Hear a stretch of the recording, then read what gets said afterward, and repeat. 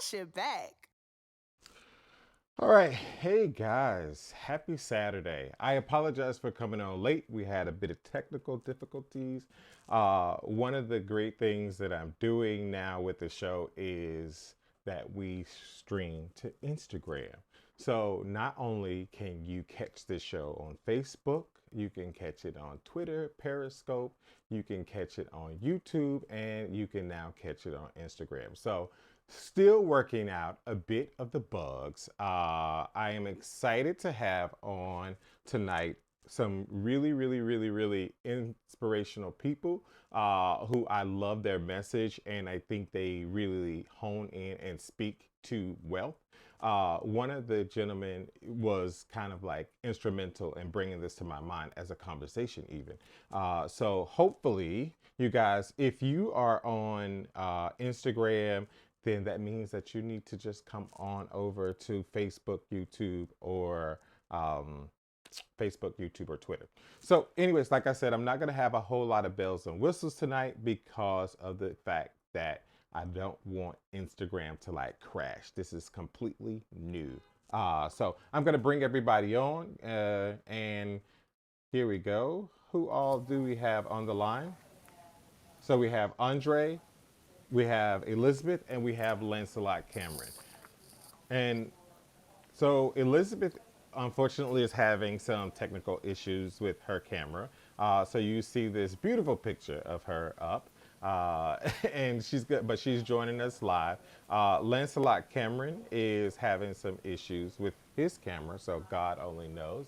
But Andre, my youngest member of the group, is definitely present and ready to and talk. Oh, Lancelot, you're working.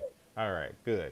So I'm going to start by allowing Andre to introduce himself and tell us about himself and what he brings to this table. Oh, I had no idea I was going to be leading off. You are. Yeah, surprise. But again, my name is Andre Harris, and I am the creator of Black Men in Social Work, which is a social media driven support group for black men that are in the social work profession and that are in schools of social work across this country. I wanted to create a safe space for black men who were either training to be future social workers or who are already were practitioners to be able to come together and really gel and mesh about the different issues that they face unique to being a black male and a social worker. We understand that the field of social work, as teaching and nursing is heavily female dominated, and then also those that are males are normally those of my majority populations. So it was brought to my attention maybe about 2 years ago that there was a need for a space for us to be able to congregate, release steam, help each other with professional development and all of that. So that's kind of what sparked my idea for the group. And it's expanded from Facebook to LinkedIn to Instagram to Twitter. And we do podcasts and conference calls and professional development like this as well. And hopefully, we'll be able to add more to it as we progress and get older. And with that being said, I'm also a Bachelor in Social Work student at Fayetteville State University. I don't know if y'all could see my t shirt. It's our homecoming today. Okay, Well, Fayetteville this whole represent. week was homecoming week. Yes, sir. I'm a proud Bronco. Hmm. Yeah, so I'll be graduating in December, and I'm actually in the process of applying to PhD programs in social work and sociology to further my education as we speak now. So hopefully by the fall of next year, I'll be a new PhD student. So that's just a little bit about me at this point. Awesome, awesome. So yes, well, Yes. I mean, wow! Can I give you a huge congratulations for doing this kind of work already as such as newly in your career, as you progress up the ladder, I mean, to already take on such causes is amazing. That's one of the things I love about social media and about those and you yourself and those who take advantage of gathering folks that we didn't have for some of us who are a little bit older, like myself, who didn't have these particular type of mediums beforehand. So thank you. Absolutely. So Elizabeth, I'm going to Absolutely. allow you to Thank you. introduce yourself and tell people about you. Okay. Well, thank you, first of all, Dr. Wesley Willis, for having me on today, and thank you, Andre Harris, for sharing your background. Got it. I'd have to give a special shout out to all the sociology majors and professors and doctors because I come from a background of my father was a sociology professor and my mother a registered nurse. So I live between both wonderful worlds. So my Wow. name is Elizabeth Corshu. I am the founder and CEO of Nurse Exec Innovations career coaching brand and consulting firm. I was inspired to create the brand based on my own experiences and walks of life after being a nurse for still being a nurse for 22 plus years. I've always realized that for there was always a lack in regards to career and professional development training in nursing school, especially when it came to negotiating at an uneven table, which a lot of times as a minority is a common theme. So with that being said, I've have gone through many various trainings, gone to various conferences, and voila, here we are 5 years later. I have the brand that is successful with multiple clients that are from range from entry level new grad nurses to executive level, business level, mid level nurses that want to be coached and want to enter and infiltrate the levels of executive and academic settings. Right. Well, thank you, Elizabeth, for being on. Also, I kind of hear, I don't know if you're watching it on another, like either your cell phone or another computer, but I hear a, Background. yeah, in your background, Okay. just so you know. You might want to mute it. Okay. But thank you. I mean, and guys, again, thank Elizabeth to being on because Elizabeth has informally coached me. One of the great things I remember early in our career and meeting one another, just conversations, Elizabeth telling me, Wesley, you always need to be prime time ready. And I took that with me and I carry it everywhere I go. Well, like when I'm on, I need to be on. There's no, either you're doing it or you're doing it. And that's what Elizabeth taught me. Simple as that. There's no halfway to doing it. So again, in the part about the wealth, I consider health as a part of wealth. It's very, very instrumental. It speaks to your potential. It speaks to also to the part where we talked about morbidity and mortality with being impoverished and different stuff and access and stuff like that. And we'll get into more of that, which is why I think Elizabeth is very key and vital to this conversation. And last but not least is Mr. Lancelot Cameron. He's been on the show before. Many of you probably already know him. But I'm gonna allow him to introduce himself and tell us what he does and what he brings to the table. So, good evening, everyone. Thank you, Dr. Wesley Willis, for the opportunity to be back to be part of this conversation. Um, I am a financial advisor, and what I'm passionate about is working with clients, educating them on just what it takes for them to transform their finances. Awesome. I Yeah, I'm hearing a bit of feedback. Yeah. So you need to So cancel your yeah, echo. so I You have echo. You didn't cancel your echo, uh, sir. that's yeah. So what I do is really work with clients on a one-on-one basis to support them in just minimizing financial mistakes and putting plans in place to move them from where they are to where they would like to be financially.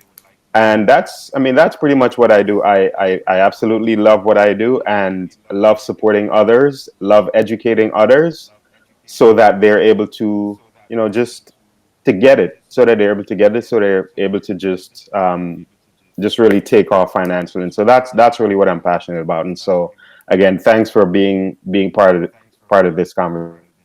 Okay. So thank you also, Elizabeth, for talking earlier. Elizabeth has a surprise at the end of this show, and it definitely is worthwhile to sit and listen. So for those of you who kind of got the preview about the numbers for Black wealth, it's kind of what spawned this conversation. Andre was one of the people who brought this incredible fact to mind, that the average, I guess, black family, black access to wealth is $17,600. Am I right, Andre? What that's the number, right? That's right. Uh, Yep. and I thought about at first when I first heard the argument or in the statement, it was like, well, that's not how do you live with that kind of amount of money? But then I thought to myself, okay, Wesley, deconstruct this and think about what it really means. This is wealth. So this is not income. This is not what you make per year. Right. This is this is like your propensity over the amount of time to access, and that access, if you have great health, then you have also the ability to make $200,000, and that times 20 years of your career is can be very expansive. So Andre, take it away. Talk to me about and talk to people about why this was such an important part for you, because I know this is kind of like your baby. Yeah. So, as again, I said that I'm a undergraduate social work student.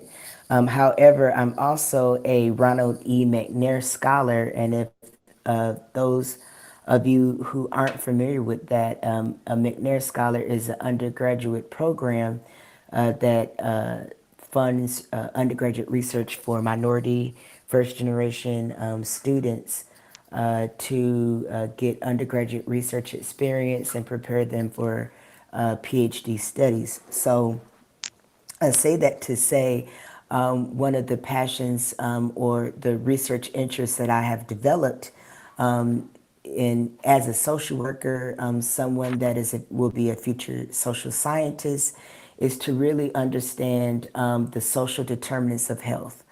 And we understand that social determinants of health, in my opinion, aren't just the actual cause of the disparity, but they are what we see on the surface, the tip of the iceberg. But there's so much underneath the water that we cannot see that's influencing the tip of the iceberg. Of course, and when we talk about icebergs, we can't help but to mention the Titanic. But when the Titanic sank, it wasn't just because of the tip, but the whole iceberg was to blame for the impact on the ship and for it subsequently sinking.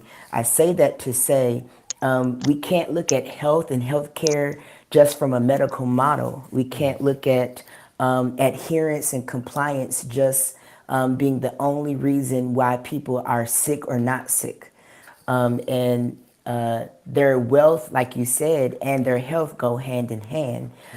So one of the studies that I was looking at, if I'm not mistaken, was led by a Dr. David R. Williams from Harvard University. Right. And he is an expert in this field about social determinants of health and health inequities. And so it led me to a Netflix series where it talked about the racial wealth gap. And so this Netflix series is current of 2018. So the numbers that you just reported were of 2018, as of 2018. So I'm sure that there are current numbers of this year that may be put out soon. So like you said, $17,600 is the the average median amount of wealth that black families in America have. Opposed to that, white families, the median of their wealth is, I think it was Right. $171,000, Right. upwards to 172. And so that is a humongous disparity. It's almost, you know, Tenfold. it just is, yeah, it's leaps and bounds where, and a lot of people gave me pushback, and I think you did see a lot of that in the group because it, like you said, I think people, when they hear wealth and when they hear anything about money, they automatically think about income. And of course, the average family, just could not live off of $17,000 a year, which some people are. But Right. the formula that they were using calculated for uh, savings plus assets minus debt. And so this is where we see why the numbers for African Americans are so low in the first place. First of all, well, any American, without accounting for their race, does not save like they should. I'm a part of that. I can't say they. We don't Right. save as we should. Right. Yeah, I can't exclude myself. And then also, we talk about savings and assets. A lot of the normal average American in this day and time don't have assets, and especially African Americans don't have assets, and we're not talking about a diamond ring that you got when you got married. That's no, we're talking about real assets that can be passed down generationally. And that's also another point about this is we see the disparity because, and I hate to always be the bad guy, but actually, no, I don't. I love being the bad guy because Right. it underpins, we cannot ignore the history of slavery when it comes to the racial wealth gap, excuse me. And as always, when you bring up slavery or racism, there's always going to be someone, black or white, that would say, well, why do we always have to play the race card? But if you really understand from a sociological perspective how certain systems and structures were set in place that subjugated our population, that disenfranchised our population, you would definitely understand that racism and slavery, which go hand in hand, definitely played a huge part in why we are experiencing the low end of the racial wealth gap. People who owned slaves, they took out mortgages on their slaves to buy more slaves. So not only were we used for their labor, but we were used to get them credit. And then this money that they're generating is being passed on to generations. So we see generational wealth being created. We can't create generational wealth in the black community as slaves when we are property. We don't own anything. We're the ones that are being owned, if that makes sense. So from the beginning of us coming here 400 years ago, we already was, in a, I don't want to say an unwinnable fight, but we were already at a disadvantage. Right. And so, and I also, before I kind of dive down this first section of what I'm going to say, is housing, and the housing market is another way for people to gain wealth, especially generational wealth. And your home is the biggest asset and the biggest tool for you to build wealth. And then if we take into account to redlining and a lot of the school districting that was happening, where a lot of the poor neighborhoods had worse districts, and so the housing values went down because the schools were poor, because there were poor people of color in those school districts. If we take into account of redlining, and that there was a lot of people who were not allowed to buy homes in certain areas because of their skin color.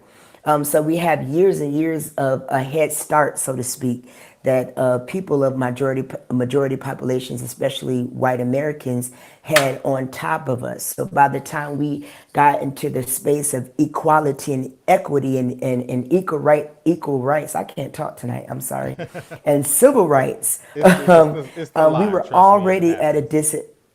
Yeah, we were already at a disadvantage. Hmm. So when you look at all of this and see the historical reasons why we are in the place we in, then you will understand. And a lot of people always want to blame certain communities for being poor, and you need to pull yourself up by your bootstraps. And Hmm. one of the most powerful quotes that, for me, that Dr. Martin Luther King said, and I can't quote it verbatim, but basically he said that it's impossible for you to expect someone to pull themselves up by their bootstraps, basically, if they have no boots. Hmm. Mm, If you don't have a boot to begin with, you can't pull yourself up by your mm, bootstrap. You're bootless. A bootless man cannot pull himself up by his bootstraps.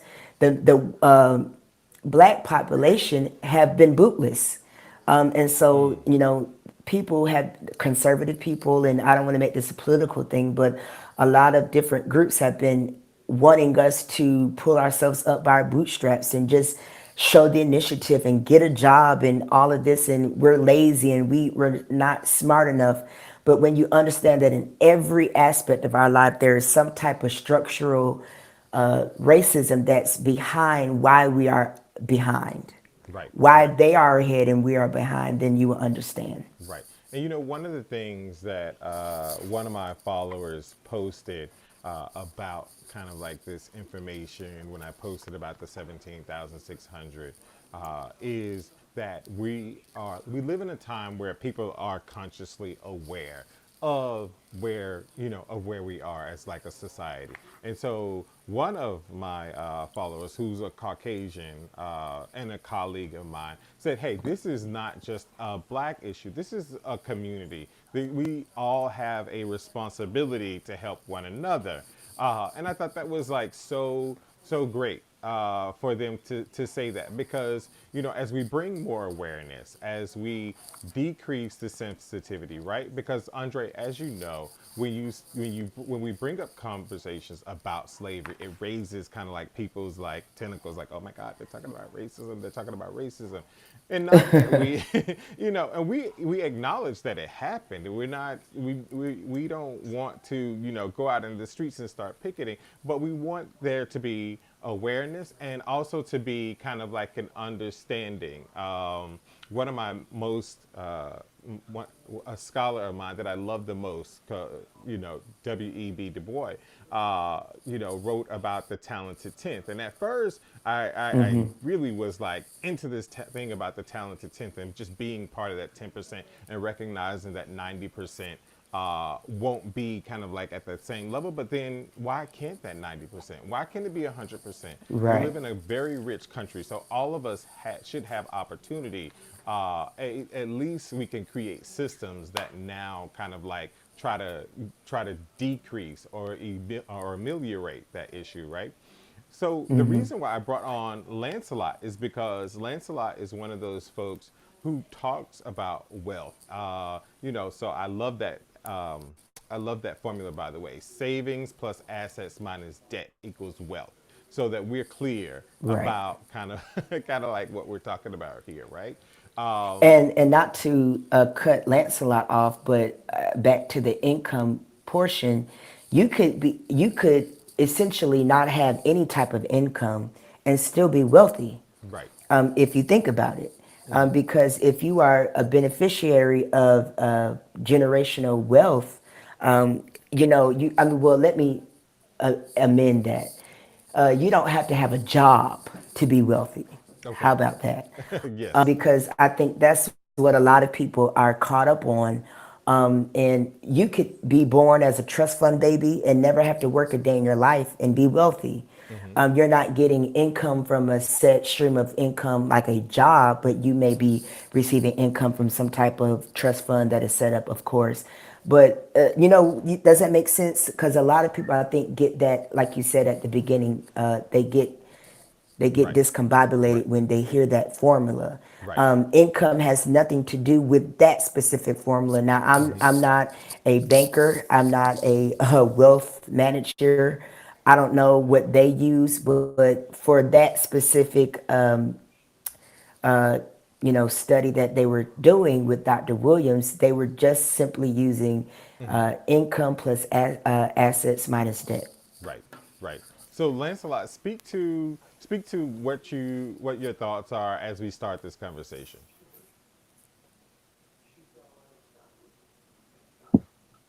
Lancelot, are you there? I don't know if Can you you hear me? lost Lancelot. Yes, I hear you now.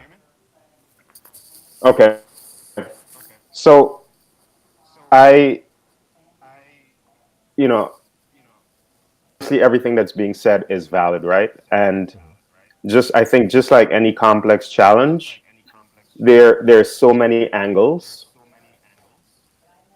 in order to bring about a solution. There's so many angles that we have to approach it from. And so my angle and the part that I consider to be my gift is education. And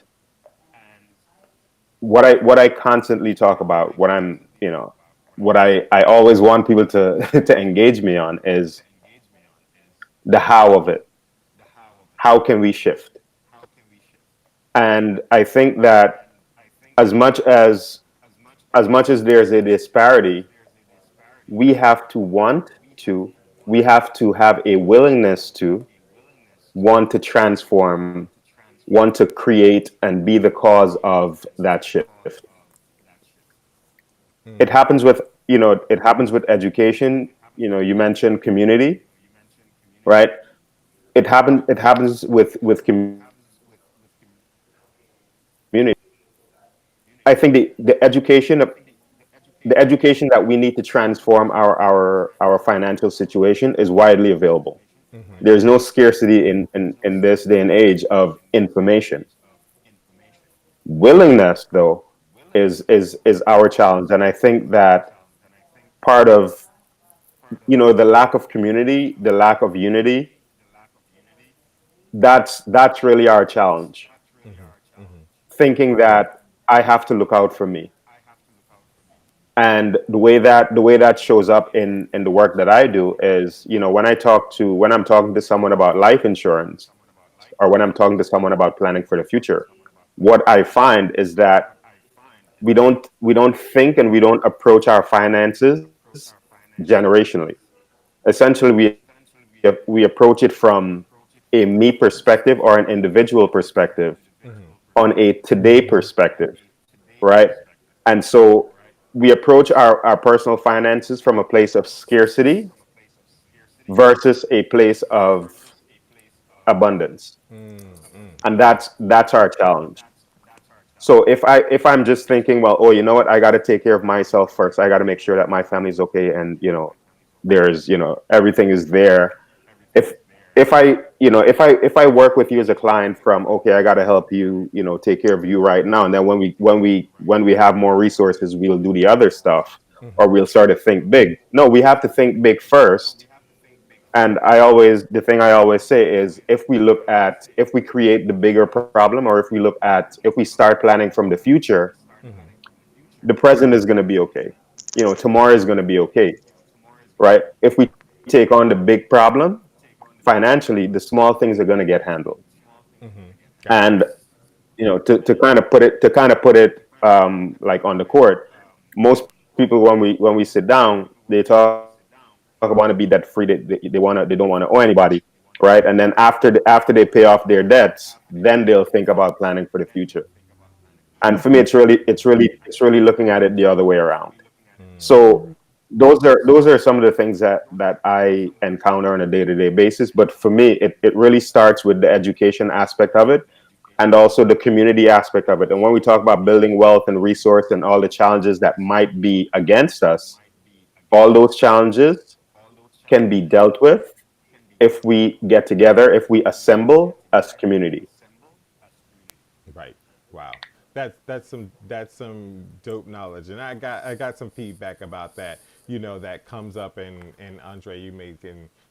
I definitely want to talk about people having like a sense of hope, and like the ability to see the future as like part of being part of the future. Because I'll be honest, like say for me, instance, me as a black youth, I recall just wanting to live till I see 30, and now that I'm 40, I'm like, wow, I didn't think I was going to be around till I was 40. And I know that I'm not the only one who shares that as a struggle when they were young, because I just didn't see myself growing old. And I didn't know a lot of uh, well to do black men who were old. So I didn't see myself getting ready for 70 because I didn't think I was going to be close to 70. Now that I'm 40 and I'm like, I'm 40. I need to I need to start planning for when I'm 80, and I need to start planning for when I'm 60. That's a different, that's a different mindset that people have to go into. And I want to talk about that later, but I want to go to Elizabeth because Elizabeth, you are helping from a space of health. One, you had an issue, a struggle with your own health during your nursing career. And I think that you teach people in a way that kind of prepare them for that generational wealth through health coaching, through entrepreneurship. So can you please definitely speak to, this topic? Did I lose Elizabeth or did she mute herself? Elizabeth, are you there? Okay. I'm gonna, let's see. I don't know. I guess we lost Elizabeth. So we have Andre, we have Lancelot, and we are going to go to a three. Uh, let's see. We have. Okay. So I'm just going to clean this up a little bit, uh, and we'll continue. Lancelot Cameron. This is simple, right? Okay. All right. So Lancelot, speak to that. I mean, the fact that, having hope, seeing a sense of self in the future, and how kind of that, plays into, kind of what you think, how we can work towards ameliorating this issue, because we definitely don't want it to continue to repeat itself. No, of course. And so for me, I didn't, I definitely identify with you when, when you said, you didn't see yourself living past 30, right? It's, it's not a, I think that it's not, mentors are important. So you mentioned that having role models, those figures are so important. I actually remember the first time I was in high school and we went to Wall Street, and just the image of men walking around in suits on Wall Street. I actually said to myself, that's going to be me one day, right? And it's a decision I made when I was in high school. I forgot about it, and then now that I'm in a suit on Wall Street, it hits me from time to time, and I smile whenever it does. My so one of the things I did, one of the most important financial decisions I made was when I got a $1 million life insurance policy. And when I actually got approved and I signed the papers and I actually accepted this thing, it actually hit me that my family would be okay. And as a man first, like as a man, I actually felt like, oh wow, like this is a huge accomplishment for me. My family will be okay, right? And so that was the first step.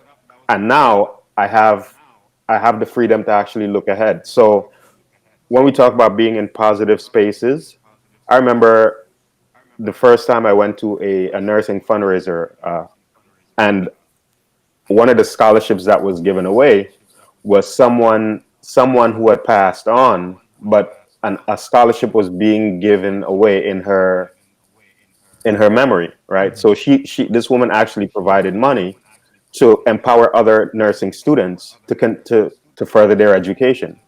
And so that was one of those things that for me, I said, wow, you know what? I want to be able to do that one day.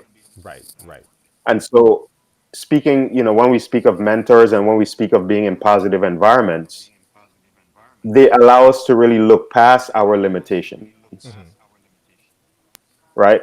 So that's the first thing. And then as far as move ourselves, I think, you know, a few weeks ago I was nursing function, as I always am, right? And we actually, it was at a barbecue, and we actually sat around a wood fire and we were talking about money. One of the questions that we asked as we were all sitting around the fire is, why are we not doing business together? We're all sitting here, we're all in a position. Why are we not doing business together? And if we continue to have those inquiries, if we continue to really figure out and just put everything on the table, what are my why don't I want to do business? Why don't I want to do business with Andre? What do I think will happen? What do I think will come up? If we just really put all those concerns on the table and get them out, we'll really get to see that, hey, you know what? This can be handled. If we actually just talk about what's between us, what we think would hinder us, those things would really work to propel us forward. So I mean, those are just some of the things. But the biggest thing, I'm in the process of starting a book club, because I think a big part of it is the knowledge is available, but I think for me, it's incumbent on me to take leadership Right. and actually say, well, hey, you know what? We need a space. Oh, here's the space. Here's the opportunity, right? And so that's one contribution that I can be responsible for. That's one contribution I am going to be responsible for. So because I think having the right space up is a big part of it, and so that's the other part of my contribution. Wow. Wow. That's some dope thoughts. Andre, I want your feedback. What are your thoughts? Yeah, so just listening to the conversation, number one, I guess maybe I'm different. I've always thought I was going to live to be 100. Right. But so I feel like I have a lot of time. I just turned 30 this year. So I'm still in the phase where I'm trying to be settled and established as a young man. And I'm glad that Lancelot brought up life insurance as well, because that's another thing that I talk about a lot, that we don't have a lot in our communities, in the African American communities. And when I say this, I'm not trying to be shady, or petty, as we say, or condescending. But it seems like every other day I get on social media and somebody's cousin has died and they're raising money on GoFundMe. And again, if you have to do that, then you do what you have to do. But Right. being able to have a life insurance policy is another way to be able to pass on. Like Lancelot said, he knew that his family would be fine with that $1 million policy, but inherently that's passing down generational wealth as well. But for us not putting, and I don't want to say not putting importance, but I believe again, and sue me because I feel like I'm turning into that woke uncle. Everybody has that family member that's that woke uncle that's like an ex Black Panther from the 70s. I think I'm turning into that uncle because you really see the effects of racism in everything, and honestly, when you see the structural issues and why the access wasn't there, there were certain companies that would not allow African Americans to have life insurance policies. And then we had to start our own companies. And then because of racism and other avenues, those companies failed. And now the importance of African Americans having life insurance is just not there. People like Lancelot are probably the ones that are going to be able to change that. But having a life insurance policy is very important, and I felt a sense of accomplishment. I think 2 years ago, I no, it wasn't even that long. I think the beginning of 2018, I was able to get life insurance coverage for myself, and that was I felt like I bought a house, because that should I was really excited, and that's how you know. As a side note, that's how you know when you're getting older and you're maturing, because you get excited about a life insurance policy. Right. But I really was excited because there were different doors that were not open to me. And now that it was available to me, then I really was excited about that. I feel that us being able to get the basics, like having a life insurance policy, having a home, a mortgage that we could pay off and own a home and pass on to generations. Being able to, build wealth, and grow assets and invest. These are things that I really hope to see that the African American and the POC community really gets more involved in. But like again, Lancelot said, education is very key. And kind of tying that back into health, it's really important because our wealth and our access definitely has a negative or positive impact on our health. As studies have shown, the more education that we have, the better our health becomes. But again, if we don't have the actual means to pursue education, then we can't have the education that will actually benefit our health. So it's always a domino effect. But understanding that our health is absolutely influenced by our income, our wealth, our assets, our debts, excuse me, and all of that.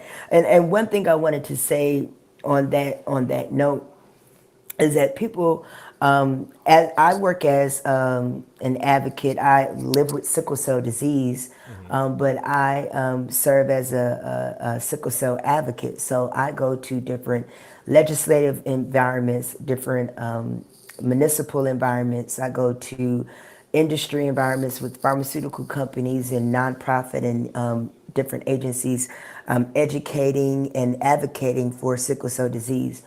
And the thing about it is one thing I don't like when I hear in a clinical setting, and Wesley, you probably will understand this, and it probably will resonate with you the most, is when providers always complain that their patients are non-compliant or inadherent, especially their minority patients, those that live below the federal poverty level, those that are of lower socioeconomic status. If you know that you're a patient, I could see if it was unbeknownst, but even not, I still think it's unacceptable to be a provider to not really understand the total man. But if you know that your patient is someone who can't make it to the appointments because they don't have access to transportation or adequate transportation, or they have poor healthcare outcomes because they live in terrible neighborhoods, or because they can't get their prescriptions filled because the closest pharmacy is miles away, or they can't eat healthy because they live in a food desert. These are things that really aggravate me, because it's not necessarily the patient's fault that they're inadherent. That non-compliance is outward manifestation of a root cause. And again, like I said, the social determinants of health. If there's a root cause that is becoming the outward manifestation of me being inadherent, let's address the root. If there's an issue with a tree and something in the root, then you can't blame the leaf for what's going on in the root. You can't blame the branches for what's going on in the root. Right. So addressing those root causes, to me, will definitely have an impact on the branch and the leaf, because if you think about it, the nourishment comes from the roots and it goes outward. It doesn't go the the leaf doesn't. I mean, it does have some type of properties when it does the Right. photosynthesis, but the nourishments from the soil carry from the roots and it goes to that plant, that tree. So if we can address the roots, then the actual total man can be healthy. Right. The health, the wealth, all of that, Right. if that makes sense. It makes a lot of sense. And now I think Elizabeth just texted me. I think she's back in. So, Awesome. Elizabeth, you there? Hello? Can you Hey. hear me? Okay. Yeah, I hear you. Hey. Hey, All right. Okay. So let me. Hello. I'm gonna bring you back in. I think four up, and Lancelot doesn't get two spots. He only gets one. And then so. there you are. We can Oh, see you. wow. So here we go. So, Elizabeth, one of the things that Andre just brought up and spoke about was about the non-compliance of what we honestly know. You and I, being ICU nurses and cardiac care and stuff like that, we do hear it when somebody says, or when a doctor or a provider, because it's not just doctors, well, physicians, nurse practitioners, PAs, who prescribe and direct care, basically state or have conversations non-compliant. And a lot of times, I'm not gonna lie, I probably even use it, especially when we are more likely to be talking about an African American or a person of color in terms of like the decisions they make. I would love for you to hear your ideas, Elizabeth, how you feel like patients envision health as wealth and how they are invested or not invested. And what your thoughts are about that, about Andre's argument. Woo. Okay. Thank you. I'm going to be speaking because I don't want to miss this opportunity because, Andre had a lot of great juicy content. Lance had a lot of great juicy content. So I'm like revving here. So I'm not going to call any of the people that have joined the party out, but I'm just going to weigh in on piggyback on what Andre had said in regards to the life insurance and building wealth through that aspect, listening to what Lancelot had shared about, he knew that his family was going to be taken care of. So let me kind of go back, Wesley. I hear some feedback. I don't know if that's me. Hold on one second. Okay. So what has gotten me to the point of running this race, right? A marathon. People have said, wow, you've changed. And yes, I've changed. 2007, I was afforded the opportunity. We talked about access, right? In regards to education. I was afforded the opportunity to attend the New York University Leadership Institute for Black Nurses. And that really changed my perspective on such a broader level as a nurse, as a leader, as an executive, as an entrepreneur, because they talked about healthcare disparities. And healthcare disparities are all around us on so many levels. However, I want to piggyback to what Andre and Lance had said. You know, Wesley, that I do not hide for any one given moment that I am a daughter of immigrant parents that migrated from Sierra Leone, West Africa, and Port-au-Prince, Haiti.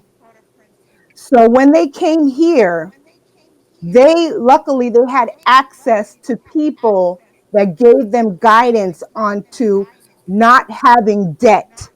They got their college education, and they my mother, by way of, she was able to, they recruited her as an immigrant from Haiti, came, they paid her education. My dad, same thing, came from Africa, paid his education.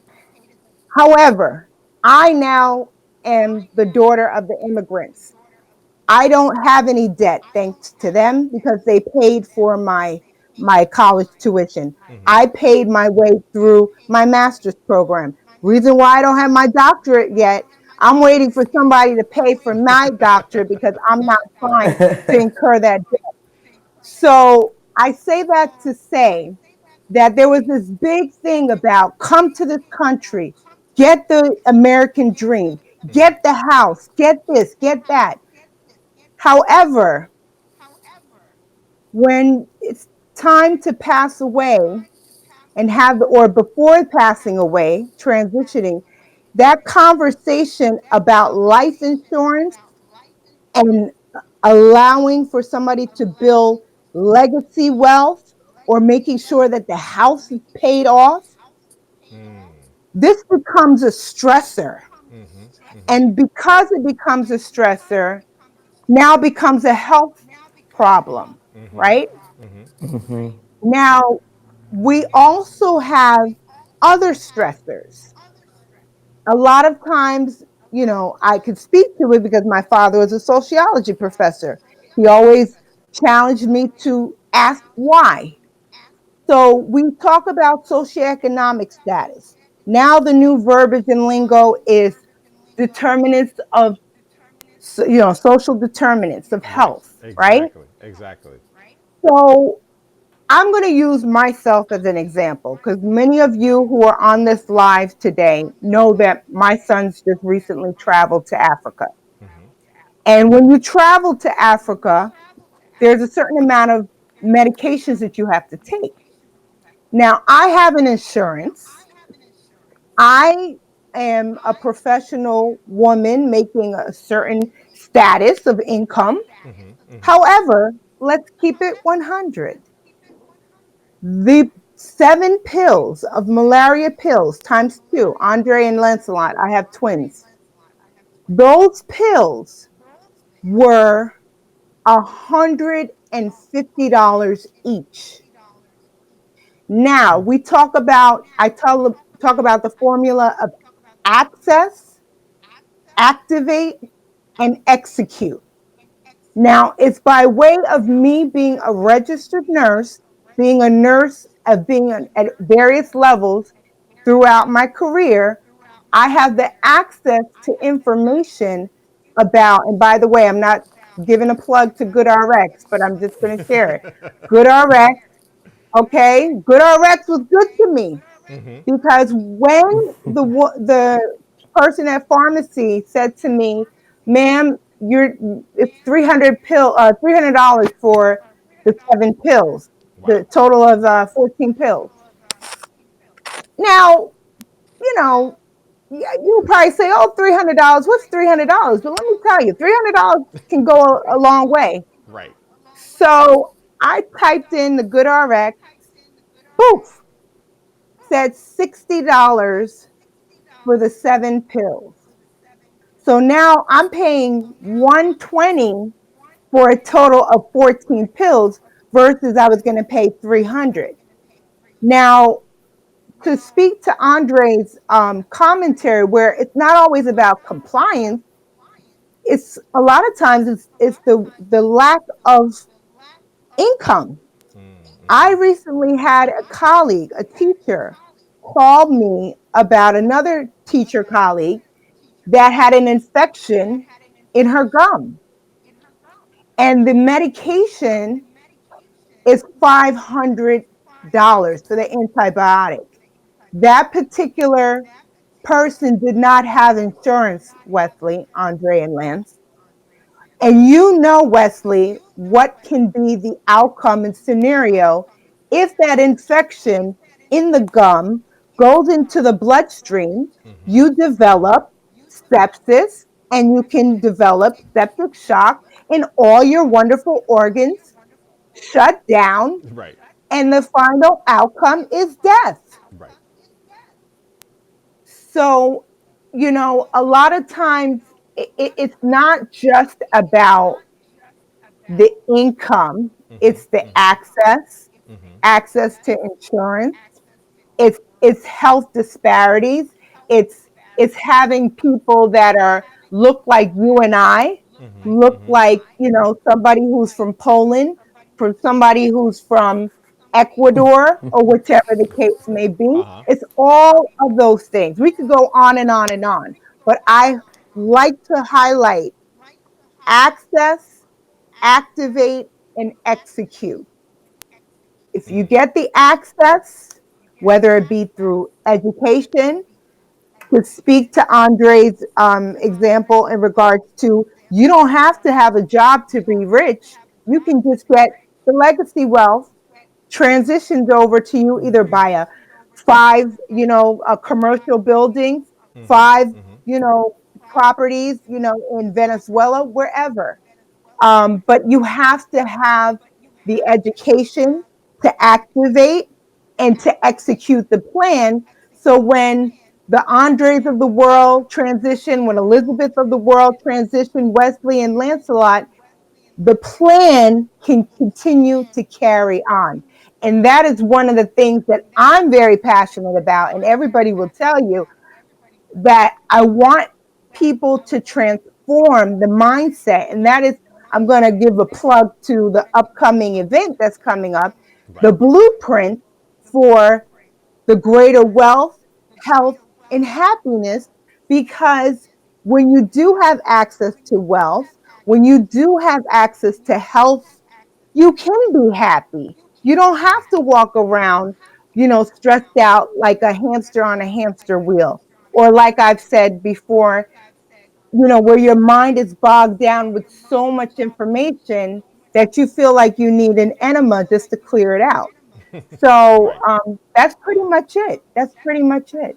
But and thank you, Elizabeth, for talking about the solution. So one of the things that I really appreciate about what you're doing, you and Lancelot are doing, is creating, opportunities for people to have access to the education to become activated, to recognize, what is, I guess, lacking, and what is that formula. And that's your upcoming event called the Blueprint. Now, tell me about that because you alluded to it. Because I want to end the segment because we've been on for quite some time. I want to end the segment by offering solutions and what's available out there. What have you seen or what are you creating? And I want that to be answered by all three of you guys about what have you seen or what are you creating to be able to deal to be able to overcome and ameliorate or decrease this as a problem. This $17,600 that Black families have as wealth. What are you doing to add to it or to decrease from it? And I'll start with you, Elizabeth.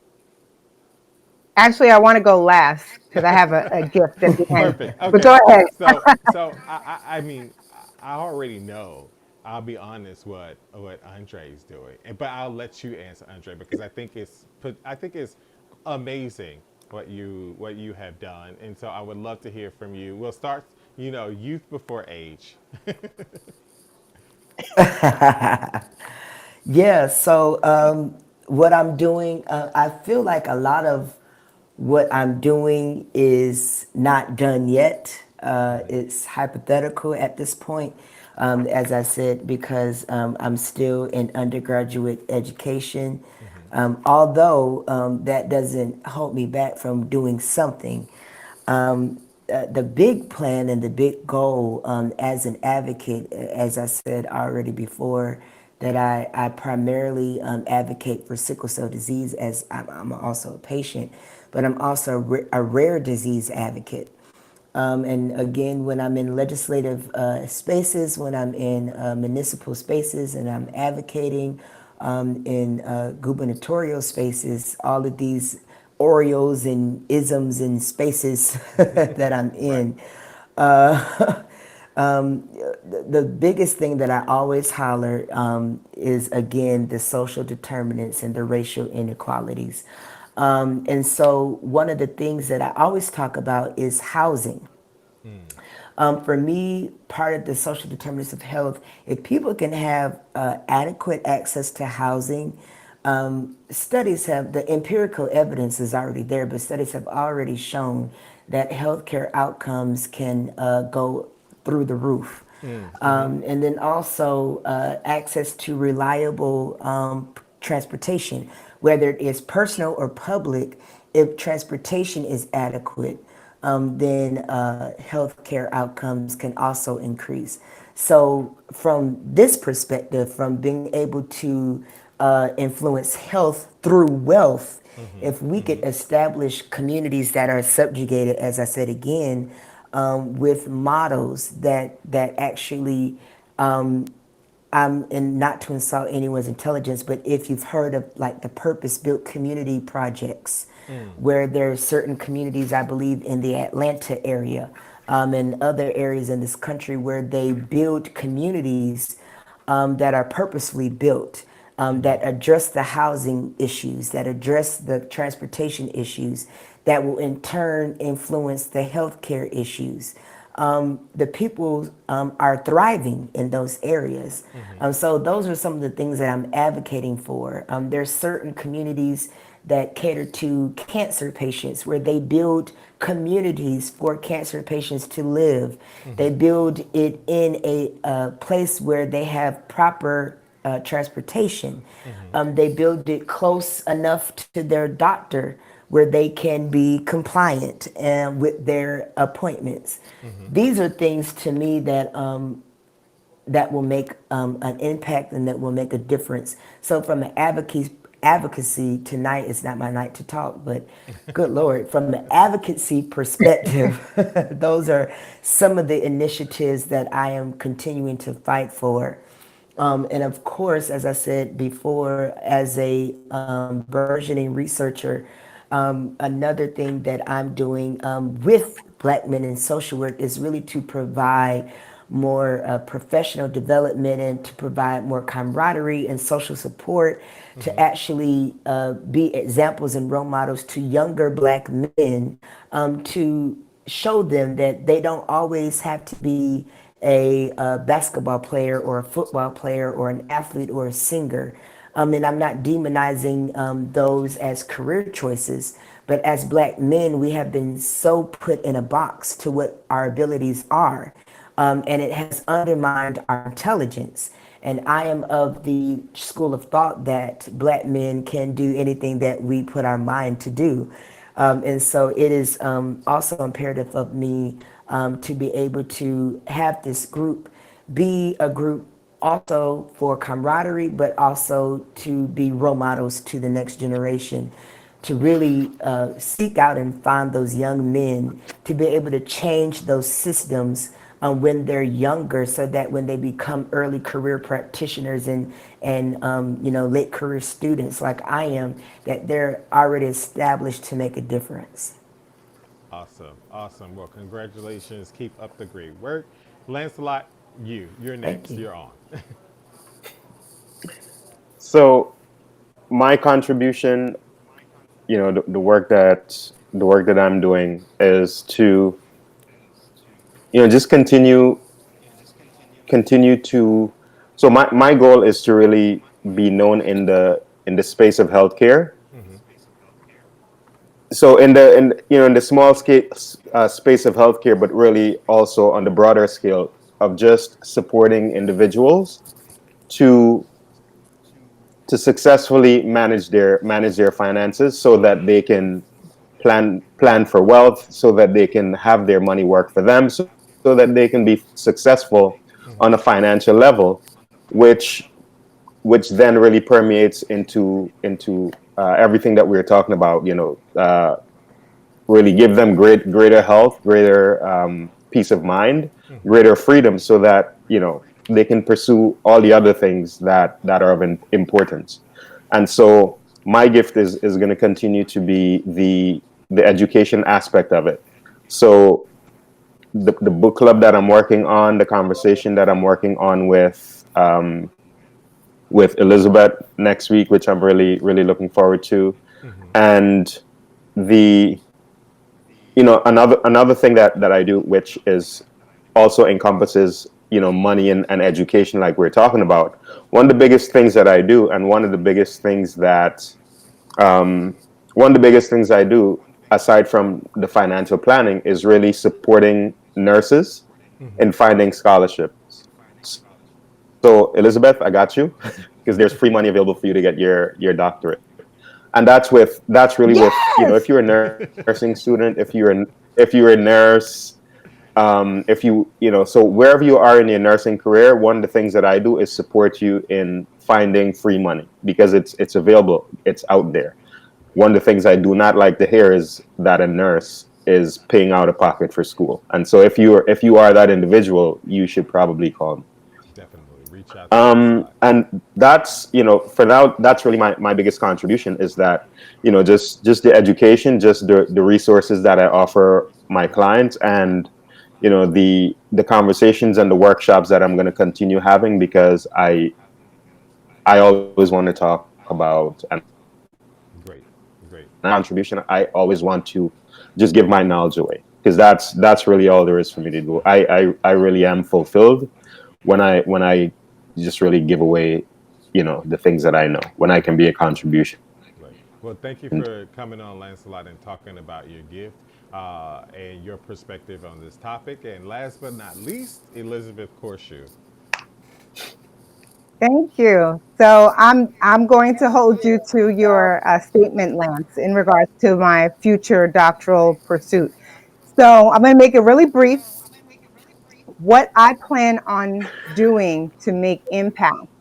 Well, I see, Wesley, you were recently down in Orlando, Florida, right? Yes. So my analogy is that in Disney, it's a small world after all. And I love the fact that every single animated doll in Disney is of all international diverse groups. So my leverage and impact, I want to be able to have a mirror of executive leadership, academic, leadership generationally. Okay. Not because a lot of times I'm moving up into the age spectrum, but I was always the only Black, the youngest Black. I want to see generationally, leverage and movement. And I definitely want to bridge the gap in regards to healthcare disparities. I want to also bridge the gap in regards to diversity and inclusion, because as we know, we can go on and on forever and ever. Is that the outcomes, healthcare outcomes, is definitely linked to your healthcare practitioner that looks like you, has culturally been influenced, et cetera, et cetera. So, as my father would always say, my daughter, you have big dreams. Yes, I have big dreams and big vision, and I will see it through. So, thank you so much. I just want to offer all of those that are on this live today, in the next 2 hours, I'm giving out a free gift. That gift is to those that want to attend and be in the room, which is a game changing event next week at the Watt Hotel by Hilton. Email nurseexec@yahoo.com and say, I'm in. Nurseexec@yahoo.com. NURSEEXEC@yahoo.com. You have 2 hours to email to say I'm in for the blueprint, which is next week. The blueprint to greater wealth, health, and happiness. Thank you so much. Wow. I was going to add that up on the. Thank you, Elizabeth, for offering that to viewers. I think that's amazing. At first, I was like, oh, I'm going to type that. But then I was like, oh, Wesley, all of it's just too slow. By the time I get it up, it's going to be gone. But so, Nurse Exec. Uh, So so, what, Lancelot, you have something you want to add? yeah, so are we giving away a free ticket, or what's the price for them, Elizabeth? That's I'm passionate about it. I'm giving an opportunity to whoever, if they're watching the live right now and they're in the New Jersey, New York, PA area, they're getting a free ticket to the blueprint next week, Sunday. Oh, wow. So, they have 2 hours after this live. Yes. Oh, wow. That's dope. That's dope. Well, Yes. thank you. Thank you. Thank you. Thank you That's amazing. Well, I will definitely be there, as you know, on October 13th. I'm looking forward to it. I can't wait to gain the knowledge. I'll be there probably with bells and whistles on to see both you, Lancelot, and also Vanetta from Wells Fargo, who will be talking about home ownership. Yes, yes, yes. This is going to be an exciting event. This is going to be an exciting event. So thank you for putting it together and advertising it and being passionate about it, because I think it definitely speaks to your endowment, if we can call it that, to the community. So thank you. Yes. All Thank right, you. guys. So we have been on a live for quite some time. Thank you all for seeing it through. Thank you all for your time. This month is my dedication to Lizzo, so I'm going to play Lizzo, and then we're going to be out. So Oh, I got excited. I thought I was the Lizzo. Liz. no. So this is just going to be Guys, dedicated to thank you so Lizzo. much. Thanks. Have a great night. Thank you. Bitch, I need tempo. Fuck it up to the tempo. Pity pat, pity pat, pity pity pat. Look at my ass, it's fitty fitty fat. Kitty cat, kitty cat, kitty kitty cat. Pour me a glass, boy, I like my water wet. Throw it back. Catch that. I need a check for all of this ass, but it won't go flat. Baby, baby, come eat some of this cake.